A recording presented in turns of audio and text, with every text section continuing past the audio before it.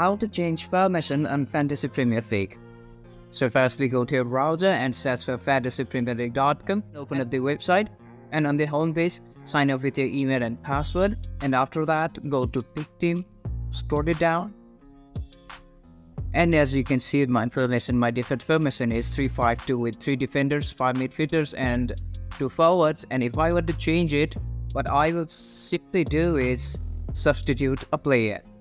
I would simply drag this defender, Kanji, and substitute him with any of the midfielders I would like to substitute. If I were to play back 4, I will simply select a midfielder to take out, and you can see the formation is changed. Now I can play with back 4 and midfield 4 and 2 forwards. That's basically 4-4-2.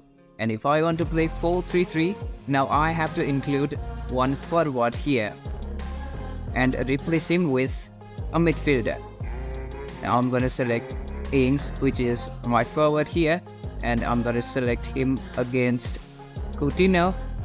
So Coutinho is on the bench, and now I have 3 forwards and 3 midfielders and 4 defenders. That's basically 4-3-3.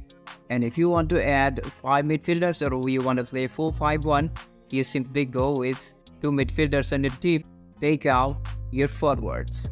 So this is basically how you change formation on Fantasy Premier League. According to the roster and the players that you have, you can change formation and click on save your team and your formation will be changed. So that's how you change permission and Fantasy Premier League. If you find this tutorial helpful, to subscribe and not forget to leave us a like and comment. Thank you.